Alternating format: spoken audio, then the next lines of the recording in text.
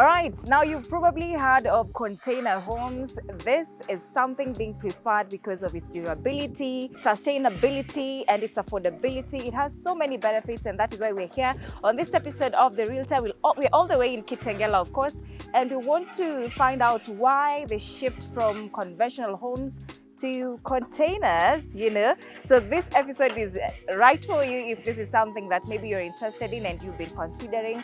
And Sanchez is here, of course. He's a contractor, to help us understand all this. So, karibu sana to The Realtor, and thank you so much for welcoming us. Kindly introduce yourself to our viewer. Okay, thank you so much. My name is Sanchez Louis.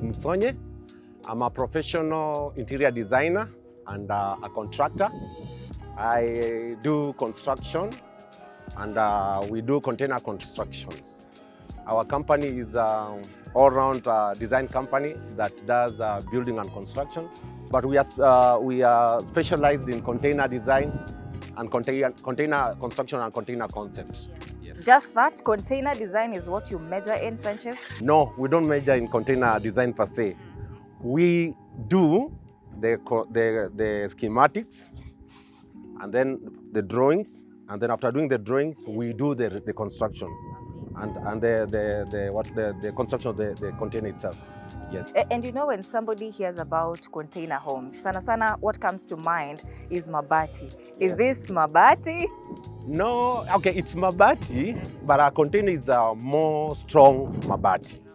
Yeah, it's not just any other mabati. It is very strong and very durable, just like any other, like if we were to talk about the thickness of a container compared to the normal black sheet, it is more thicker than the normal black sheet. It's almost like a 3.5 millimeter, which makes it very, very strong and very durable.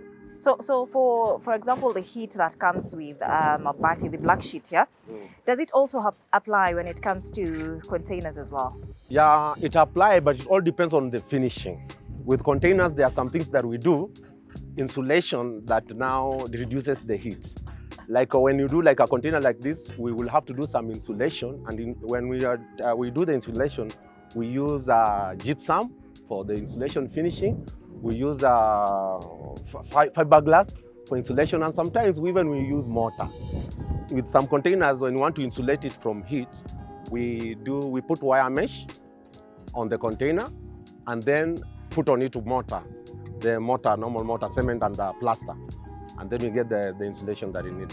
Amazing, Sanchez. So what has inspired the change from conventional homes to now containers? Okay, some of the things that have inspired people from the typical stone house or conventional home is because the container has more advantages. Because we can see for containers, it's easier to build. It takes a shorter time. Like this one is like a 3-bedroom. It's going to be a 3-bedroom container house. And we've only taken like 3 weeks to do it. For a typical house, it will take like 3 months or sometimes even 2 months to finish. So it's cheaper and it's faster to build a container house. Also, it's cheap. When it's cost effective, you will save more when you're building a container house more than when you're using a typical stone house. Because there are so many things that are involved in a typical stone house. If you're talking about 3 weeks, that's a short time. Yes. But foundation of a container, how does it look like? Oh, that's a good question. Now, there's a very big difference between the foundation of a container and a typical stone house foundation. The container just uses simple foundation. We just use things that are called studs. Like this house, it's just mounted on studs. But for a typical house or a stone house, we have to have a substantial foundation that involves excavation, footings. It involves a lot of stones so that it can, stand the weight bearing of the entire building. Yeah. So does that now account for everything that needs to be done when trying to convert a container into now a living space? No, there are so many other things that account for. You see, like when you want to use a container to change it into a home, we also make a decision on, we check very many other factors, like the place, the soil profile of the place, because, as much as the container has, it doesn't need a big foundation or a substantial foundation, you will also want your home to be on a stable ground. So we also check the soil profile. We also check the need of the client. Some clients may just want a house that is just container. Some other clients may want an embedded house. That's not only container, but they want maybe a container that is mixed with stone. Others want a container that is mixed with the wood finish. So there are so many other factors that we consider. Yeah. So if you say wood finish and stones, can they really stand each other? That is a very good question. You can just look at this building. This is an embedded container. It has both the stone and the container, because we have embedded the stone, or the mortar, and the container. So it all depends on what also the client wants, the final product, how he wants it to look. We can still even make it to have three materials. We can use stone, container, and even wood, because we have to have a pergola there that is wooden. So it all depends on what you want or what you want to achieve. Yeah. So we are talking about sustainability. Tell us how this actually now brings in the aspect of sustainability when it comes to conservation of the environment. Oh, that's a good question. Now, you look like for a container, the process that involves a construction of a container, and you compare the process that involves a construction of the typical house. When we talk about environment, I think like let's say, for example, a wooden house. It entails cutting trees, getting timber, and building a house. For stones, it involves going to the quarry, doing excavation of the stones, getting to excavate the sand. And I believe all these things, activities, affect the environment in a negative way. So, but for a container is already recycled material. It's made from a recycled material, which is metal that can be recycled. And then it is very durable, which means it can be used for a longer time without it affecting the environment. Yeah. You see, Sanchez, we've seen also videos of people who have container homes, but now these container homes are, let's say, they can travel with them, they travel in them. That's absolutely. So is this also something that you do? Yes, we call it, it's portable. Mm-hmm. Yes, portable is the one. With containers, they are very portable, and it's do it yourself, actually. I remember there's a day we did a 6-bedroom in Nairobi, and we transported it to Masai Mara. So that's how portable it is. We can actually make this thing from somewhere else and go reassemble it in another place. Yes, so it is very possible to carry this house later on and go actually reassemble it somewhere else. Just the way it is? Yes, maybe we'll just have to break some small things, but 90% will be, we can actually salvage it. Yeah. So in what areas do you see containers surviving best in? I believe in there's the what do you call it? The climatic factor that you have to consider. You see, if the environment is very hazardous or very, what do you call it? It's not conducive. They can lead to, like, let's say for instance, if it's a place that is high humidity, there'll be a lot of rusting, and sometimes it may not last long. It will mean you'll have to have a lot of maintenance, have to be on top of your maintenance so that you make sure that the container does not rust. So it also depends, because other places, like in hot areas, the container may be very hot inside. But the truth of the matter is this: we have the ways that we do, and so that we can control the containers so that the inside we have room temperature. And one of the ways that I've said is by insulation, using the various methods of insulation. You also mentioned something about soil profile. I see this one is like black cotton. Black cotton soil. It is black cotton. So which soil do you recommend and do you prefer the most? Okay. Every constructor will tell you, even engineers, they'll tell you that black cotton soil is not the best because it expands. Red soil would be the best, but I can tell you the truth. When it comes to container, the soil is not really a big factor, because the foundation of the container, as I said earlier, is different from the foundation of the typical house. So even if you take me to a forest, I will still mount for you your container, because I just need to get a small place to put the studs and then I'm able to mount the container. That's what makes it even more easier to build a container. Because for a normal typical house, the soil profile is very crucial. You will have to really think before you build, because you have to, an engineer has to come and check if the soil is good or bad. If it's black soil, you'll have to do major excavation. Now, Sanchez, are you doing this alone or you have somebody helping you do all this? Very many people. Okay, in our company, we have in-house designers, interior designers. I'm an interior designer by myself. We have in-house architect. We have in-house engineers, civil engineers. And even my wife, who is also a co-director, she also helps us in color scheme and kitchen design. Yes. So when you're coming up with a kitchen design, Yes. do you go with your taste or you go with the client's taste? My taste. So my wife's taste, we go with the client's taste. Okay. Yeah, what the client says, we can only help out in one area or the other to give advice. Yeah, we can give advice in where we feel like maybe the client is going off a little bit. But most of the time, we always look at the client's taste first. Yeah. Yes, and then we improve on it by giving the needed advice. All right. Yes. Just hold on there. It's so windy here in Kitengela, NBC. Karibu niende na upepo. Lakini stay tuned. You're watching The Realtor. Yes. We're talking about container homes. Don't go too far. You're coming back.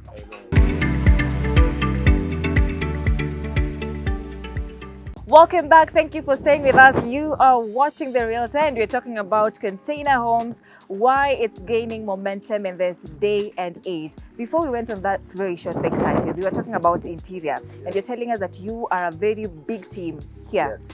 Yes. You say you do, your wife does 1 to 3, you do 1 to 3. But what exactly do you do to ensure that the finishing of this container looks so appealing, looks so homely? How do you do it? That's a very good question. Actually, when it comes to the interior design, I think that's where now we really involve the client, because at any given time, you want to do a design that is going to please the client and to function for the client. So as I said, I'm an interior designer. My wife also helps in interior design. So the initial stages, what we do, we come up with an interior concept. We come up with how it's going to look, the sitting room, the kitchen. That is after now we've had the plan. So one of the things that we've decided as a company, we want our client to see the house, to feel the house, to know all the materials that are going to be used for finishing even before we do the construction. So we provide a 3-dimension. We give them a 3-dimension prototype that he is able to see in a 3D way the different rooms, the different tiles that are going to be used. So you are able even to see the tile. You are able to see even where the socket is. Even we go to an extent of where arranging for you the seats, even putting for you the type of the bed sheet, even before you do the construction. So you are able to see your house, even walk in, zoom in, walk through before you are able to do the construction. So what we do with the finishing, we have to liaise with the client and get to know what is his taste. Now, if we get that the client likes these colors, we are able to put the colors, and they are able to see before even we paint the house and tell them, okay, this is the color you chose, this is how it will look before even we paint. Do you see that? If he likes this style, we are able to use, we have now some very nice software this way that we use, like ArchiCAD, SketchUp, that we use to come up with those things. So they're able to see, oh, this is the kind of tile he wants. When you get that tile, we put it in the design. He's able to see, I don't like this one, so we'll be able to change. So it gives somebody something to see before they do the construction. So after we've done that, we come up with the different kitchen designs. And that's where my wife steps in. You know, there's American, there's Italian, there's British, there's old school kitchen. Like this one is an open American. Oh, wow. Yes. Yes. So, and also now that's why, women have another taste when it comes to the kitchen. So I have to really listen to her and get her inputs. So when we do that, is that we are able to show the client. We even design the cabinets.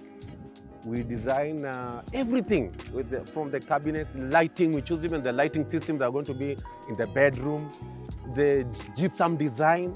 We come up with all those designs. So you're able to see your room, the interior, before even it's done. Yeah. So client hana any chance to doubt the product that you're giving them. Once they see that design, they always tell us, itakuwa hivi. Yeah, like, anzeni. Yeah. Most of the time. Go ahead. Because they are like, if this is how it's going to be, then they are willing to engage. Right. Yeah. Now, I want us to talk about how this comes up to where it is at the moment. You know, people don't really know if a container home inaweza kuwa hadi na stairs. Explain that to us. That's a very good question. As I told you, a container is a very stable and very firm material. It is very firm. Even as we look behind here, this container, even without the columns, a container has, it's been made in a way that it's prefabricated already with corner columns. If you see in a container, you see those corner things, those are columns. That's why you can stack a container on top of another container. And those containers carry even 50 tons and they are stacked on another container and you'll never see it collapsing or breaking. So it's a very strong material. Now, even when you can actually use several containers and make even a house that has like even 3 up to 4 floors. You've seen even some building being done, like flats being done up to 4th floor, being done with container. It's very possible. It is very possible. I can tell you, even there's a place we've done. If you go to Ashaki, I don't know if you know Ashaki. That's along, is it south, the northern bypass? Yes, I'm the one who designed Ashaki. Even the what do you call it? That car place, the car wash place, and the water plant that I've done there. I'm the one who did that. And if you go there, you'll see even we did the staircase. Not one, but several staircases. Even we've had extended slabs. You can actually put a slab on top of a container. Like this one has a slab, a shutter slab. So this house, it is going to have a normal standard stairway that is going to take us to the 1st floor that now goes to the master bedroom and the other 2 bedrooms. Okay. Yes. I'm interested to know, and maybe the viewer is also interested to know, how exactly do you stack these things? Because when there's heavy wind, kama tumesimama hapa, you know, me mwenyewe, the upepo is going with me. Yes. But now I'm interested to know, what are you using kukiwa na mvua kali, mvua kubwa kabisa, that this thing is not tampered with, the rains doesn't tamper with these container homes. How are you doing it exactly? To make it firmly in one place or what? I want to find out. So that it's not taken away by wind. Okay, even if you were to put a container here without anything, it won't go anywhere because I've told you already it's very heavy. You see, like the base of the container is like a prefabricated foundation already. Most of the time, the container has a prefabricated slab, sort of a slab. So it's heavy on the bottom side. So it's not something that can easily be like carried away by wind. It's a very stable thing. That's why you can even put it somewhere. The only thing we do is this. We have to make sure that the foundation is very level and stable. How do I achieve this? I told you earlier that you have to we make what you call piers or studs. And these studs are so stable because the studding, like let's say, which I'll be able to show you later on, it's like a column that is from, we dig a footing to their base, like a small foundation, studs, and they go to the, what you call the bedrock. You see, like now, like in this area of Kitengela, the bedrock is almost 2 feet from. So we just have to get the bedrock and put the studs, and it's supposed to be on the 4 corners of the container, because that's where now we have the prefabricated, what do you call it, column. So it merges with the studs. And maybe we put some at the center so that we are able to make sure that even at the center there's no vibration launch. So if you make sure that you've just done that, and you make the ground to be level, there's nowhere the container is going to go. It doesn't move. It won't move even an inch. Yeah, and that is just to convince the viewer who is considering the containers that hautasongesha na upepo. Now, Sanchez, would you say that container homes are better than now conventional homes, if it is anything to go by? Okay, just like saying now some of the advantages of container homes than the typical house. Okay, for one thing I can tell you that for a container, it is cost effective. It's very cheap and very affordable. I can tell you, for instance, the foundation of a typical home will cost you like 700 to even 1 million. Kenya shillings, a foundation alone of a typical stone house. A 3-bedroom, let's say for instance, it can cost like 700 to 1.2 million. But this foundation costs only like, sometimes it doesn't cost anything. I just need to put the studs. Sometimes even we put on a flat level land. If I go to a place where they have red soil, I don't need to do anything. I just need to level the land, maybe do some compression, and then I put the container. So if you compare the foundation of this, the container house and the normal typical home, this one is very cheap, way cheaper. So, and another thing I can say that container houses are versatile, and they can be customized to you, the kind your taste. So whether you live in a conventional home or a container home is one and the same? Yes, because for a container, I can actually design any design that you want. Do you see that? If I were to show you some of the design we do, you'll be so shocked because containers are very easy to design. And one of the other things I can say about containers, they are very durable. You cannot compare a container to a timber house or a brick house. A container will last more. You know, people think containers don't last. A normal container can last up to 50 years. Bricks here sometimes in a crack. There's in a crack. Now, when there's a tremor, bricks collapse. So talk to us about the challenges that you face when dealing with container homes as compared to now conventional homes or stone homes. So one of the challenges is that, you know what, with containers sometimes, when they come here, you really don't know what they were being used for. So sometimes they can cause health hazards. Because some of these containers are used to carry very toxic elements before they come. Because they are shipping containers. So they are used to ship things that are maybe very dangerous. So sometimes you are given a container to start and you are seeing these things like looks like grease or lime and you don't know what it is. And sometimes we have to bring guys who know those types of things to tell us this is a very bad thing, or we have to go really be very cautious about it. And then another thing about containers, they have a tendency of rusting if it's not well taken care of.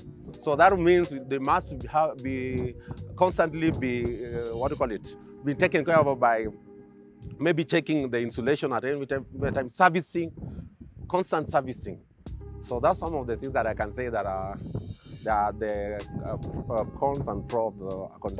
Which one is better for you? Is it dealing with conventional ama is it kujenga mawe? Man, both of them. I like dealing with both of them.